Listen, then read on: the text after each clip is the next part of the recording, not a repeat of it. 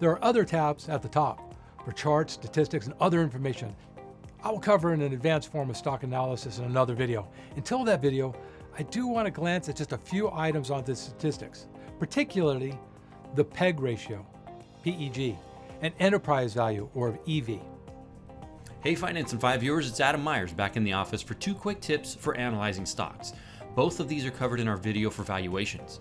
First is the PEG ratio, which represents the price to earnings growth ratio. A PEG ratio more than 1 means the stock is growing faster than earnings. That's a good sign. Your second tip is enterprise value, or EV. In my opinion, EV is a great, quick way of understanding a company's worth because this ratio factors in a company's short and long-term debt plus cash on the balance sheet.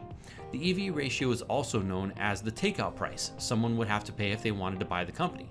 It's not 100% accurate, but it's a quick approximation to let me know the range of a company's selling price in liquidation or buyout.